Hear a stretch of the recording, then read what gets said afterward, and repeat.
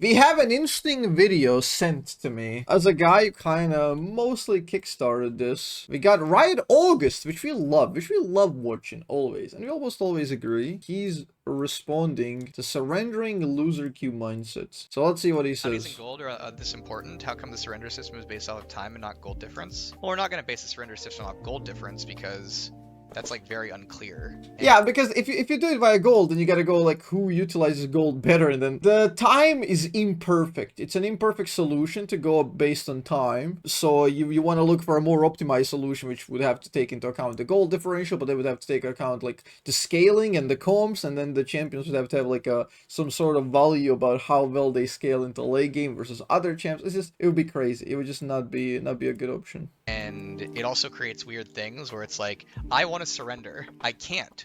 They are not far enough ahead. If I feed, then they will be far enough ahead, and then I can hit the surrender button. Also, additionally, we find that when players attempt to surrender, they usually know, we've got data on this, they usually know what they're doing. So what I mean by that is when surrender votes come up and like say they succeed, and then we like look at like the leads in those games and like the percent chance that that game would have resulted in like say a loss, like players are actually generally pretty in tune when they surrender a game with what would have happened from what we've seen. I mean, they have to be. The point is how correct. That's not always the case, right? Like as an example, if you're on a team with Kale on it, the data that we've used to evaluate this doesn't account for Kale. What I mean by that is like, obviously like you gotta look at different champs and everything. But, like it's such a pointless, vague statement. Like we need to see way more data, which is why I said the FF15 got released nearly a year ago. Okay, that was in April last year. So it's been a year, and Riot said that they would monitor closely what's gonna happen. So they should release data. They should publicly release the data on that, so we can actually see what the numbers are and how did it change off of the non-unanimous surrender at 15, because that's one of the big issues, one of the big proponents actually. Let's see if he touches on that. The data we use to like understand gold leads is stuff like, hey, in the average game with the average players of this MMR, if you have this amount of gold, what is the likelihood that the game ends in a loss or win for the team, right? Like you can kind of like calculate the percent chance to win based on a gold lead. That doesn't mean you're going to win, to be very clear, but like you can calculate it. But like there's a lot of like factors that go into there. So as an example, if you're playing Kale, surrendering is generally a bad idea. And so there's a lot of complex things that go into the equation when it comes to surrendering. They're like, yeah, sometimes when people surrender, they're just totally wrong. But again, what we've seen is that generally players understand how far behind they are kind of intuitively. It doesn't mean they always get it perfectly, but yeah. So if people want to surrender at 15 minutes and you can get 4 people on your team that want to surrender, generally that means that like that game was probably in a rough spot and probably makes sense. I mean, yeah, generally I'm probably making sense, and all these things that could be as 51% or 99% loss, right? To making it look, oh, it's more likely that they're gonna lose anyway. Of course it's more likely they're gonna lose. That's why they wanted to surrender in the first place. The question is like how valuable, how correct that is, and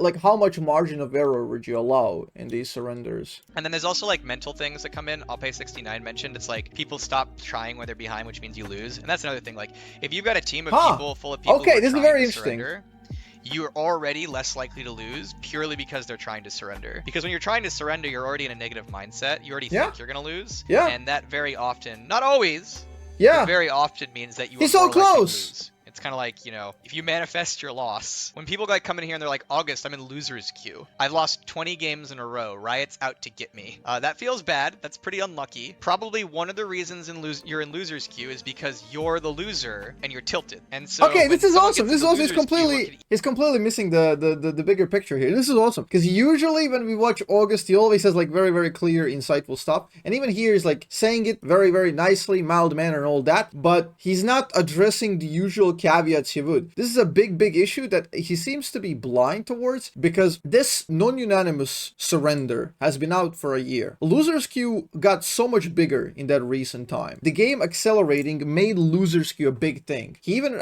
like recognized that there's actual people who, when they want to surrender, they'll try to lose the game. So what is your next move? You allow them to leave the game earlier, giving even more power to players like that. The power should be grabbed away from them, so they don't do that. that, because that behavior shouldn't get rewarded. The more you incentivize that type of behavior, like you can lower to 10 minutes. Guess what? Though you just ruined 5 minutes of gameplay. From 10 to 15, nobody's going to be playing. If they want to lose, they will lose. And that's going to further inflate the stats. Oh, that's percent loss. They generally know what they're doing. They know what they're doing. They know that they're going to lose. Like, of course they know that they're in the loss, because they are the loss. They are the loser in the loser queue. That's the whole point. Like, you're feeding the culture that you don't want. You're creating the problem down the line. And if the culture of the game becomes around like 15-minute time chunks, people are going to make their deductions way earlier about what the game state is. And like, they will not want to play. Because if he's losing at like 10 minutes and he makes a really bad play, he's just going to tilt and be like, okay, I'm not playing another 5 minutes because we want to get to the 15, so we FF. And if the FF fails, he's just going to continuously run it down until the FF goes his way, because he deemed the game lost. Also,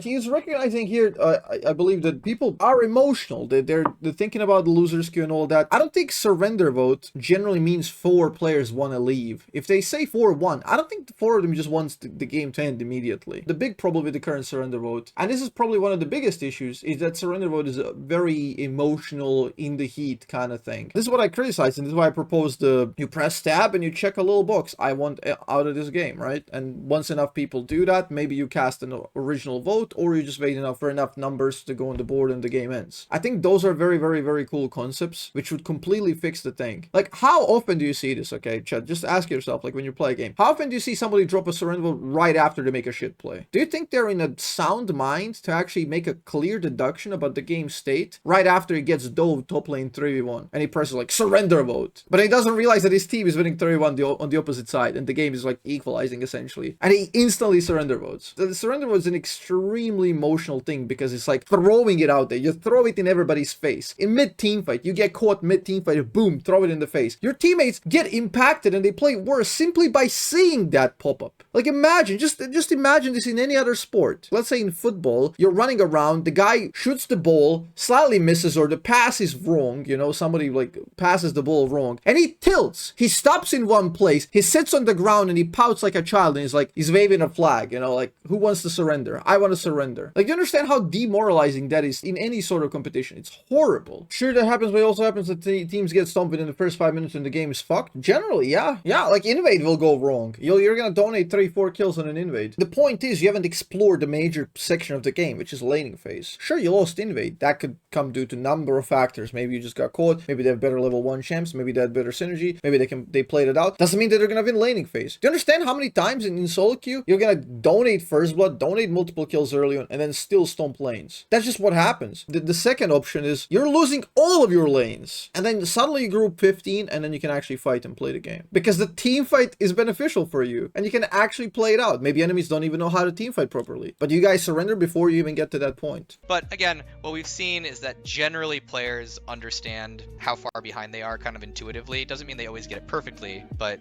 yeah. So yeah, the question here, the follow-up question here would be like, okay, so you're clearly saying you're fine with type A mistake as opposed to type B mistake. You're perfectly fine with terminating a lot of games that are potentially like super winnable and they have a really high chance to win, specifically just to allow more people power to end the game. Okay, so what does that do inadvertently? Let's look at that. That gives more power to the people who actually decide to lose the game at the start. People who want to give up and get out of the game as quickly as possibly. It further increases their power and the hold on that game. So if they're not having fun, they could very well be ruining the fun on purpose. They're the ones with the impact there, and they want to out, they will make everybody leave, because you can make such an easy surrender vote at 15 then. And how early surrender votes also feeding into this loop of getting more and more people who are playing less and less and trying less and less. If people want to surrender at 15 minutes and you can get 4 people on your team that want to surrender, generally that means that like that game was probably in a rough spot and probably. Yeah, so here, like, you're assuming you're talking about very rational actors who all voted upon deliberation that 4 are for terminating the game, right? Which is just almost never the case. Like, a lot of surrender votes are instantly regretted. Like, instantly. As soon as the people press it, and they're like, oh, wait, actually, all 4 of us surrender. Oh, the game's over. And then they're like, wait, maybe we could have won that. A lot of people instantly regret the surrender vote because they didn't expect it to pass. It was a more, like, in a spurt of the moment emotional thing. If you're tending towards towards surrendering the game being the norm as opposed to game ending by a Nexus explosion, more and more people are going to control the outcome of the game, because that's the default termination of the game, right? Like, you're only playing up until the vote is cast, and if you don't want to play the game, if you quit on your team, you can easily permacast the vote or make people in the game. Because when you're trying to surrender, you're already in a negative mindset. You already think you're going to lose, and that very often, not always, but very often means that you are more likely to lose. It's kind of like, you know, if you manifest your loss. This is why, like... Yeah, this is a very interesting point about the loser queue and the manifesting the loss. Like, loser queue has only been super big recently. The FF15 made it happen more. The non-unanimous FF15 made it happen way more. I can't tell you, like, I read my comments, I check this stuff out, and the amount of shorts we made trying to dispel the myth of loser queue, and in every single one, it's like 50-50. You cannot change these people's minds, because they've been getting this thing into their heads for years, okay? This is like a mentality that's been cultivated for years. No amount of logical, sane things you can tie together and just Occam's razor and what's more likely to be truth, right? What makes more sense? No amount of these things that you can present to them will change their minds. You can make a video, you can make debunking of loser queue, and 50% of the comments are going to be, but yesterday I had this and that and that and that teammate and that guy, but that time, one time that I played the game, I lost that LP, I won that LP. It's horrible. It's just impossible to converse with these people. First of all, there's a case to be made, like, should there even be a surrendering at ranked? Because, well, it's a ranked competitive game mode. Surrendering in ranked competitive game mode should only be reserved for super unfair situations. So if you're down a player, somebody DCs and all that. So that's one of the things you can discuss. So first of all, like, what is the merit to surrendering in the competitive sphere? And then you can say, okay, it's probably beneficial to have it because we're not doing our best job at dealing with scripters. We're not doing our best job at dealing with smurfs. There's a lot of very lopsided games where you might want to let people have the ability to terminate the game themselves. Okay, fair enough. What is the limit? What is the time frame at which we should allow this? I would say after initial team fighting, because at that stage you played multiple stages of the game. You got the level 1 setup, you got the early laning phase, you got the minor rotation, and then you got the mid game and / objective fighting. Only after that one passed, I would really allow surrender vote. Now, Riot completely doesn't care about team fighting and objectives because they allow surrender vote right after laning phase. So if you do a minorly decent laning phase with a couple of roams that break people mentality, they can insta surrender, boom, even if they have a godly team fight comp. So yeah, I don't like removing that part of gameplay at all. I really don't like that. Now there's more like layers. You can have like a scale team fight, you can have like soul